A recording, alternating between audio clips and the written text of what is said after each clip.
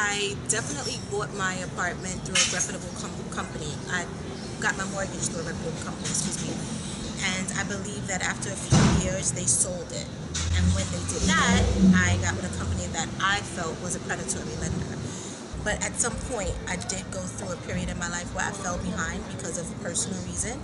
And with that, when I tried to get back into good standing with them, they came to me with some ridiculous amount of about $20,000 that I needed to pay to reinstate my mortgage. And at the time, my mortgage was about $250 a month, and I think I was maybe 5 months behind. So I couldn't understand where that number came from.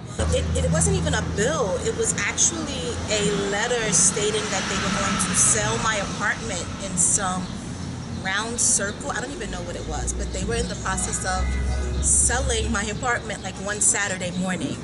And that's when I freaked out because I had no clue what it was. I didn't even know that they could do something like that without telling me first. But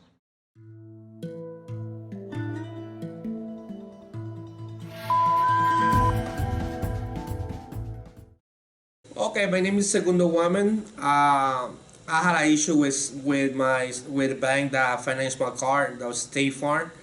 Well, because of the pandemic, I stopped paying it, and then it was I feel like since February, March, I give them a call in May, and they told me that I was supposed to make a payment on July 7th. They told me to make a payment July 7th. They told me exactly the amount that I had to pay was about $4,000.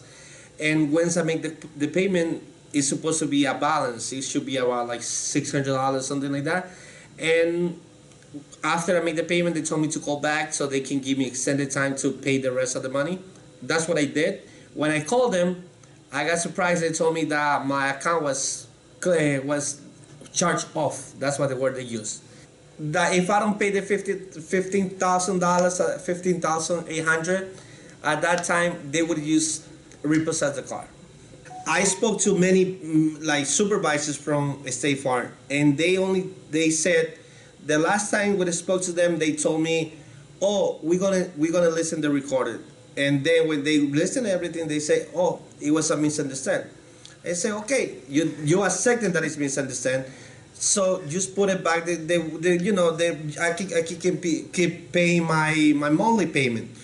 They were like, "No, they won't be able to do it because he charged off already." It was couple 7 months already thinking about that. Am I gonna lose the car and be scared of parking my car, and then when I come back not to see my car there? It's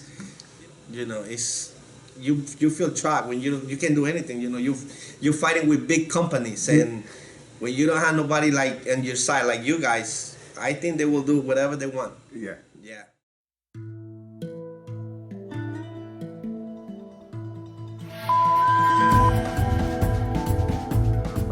Well, I had some debt, some credit card debt, some house repair stuff, and I got in over my head, and I was having trouble paying it back because I was paying nothing but interest.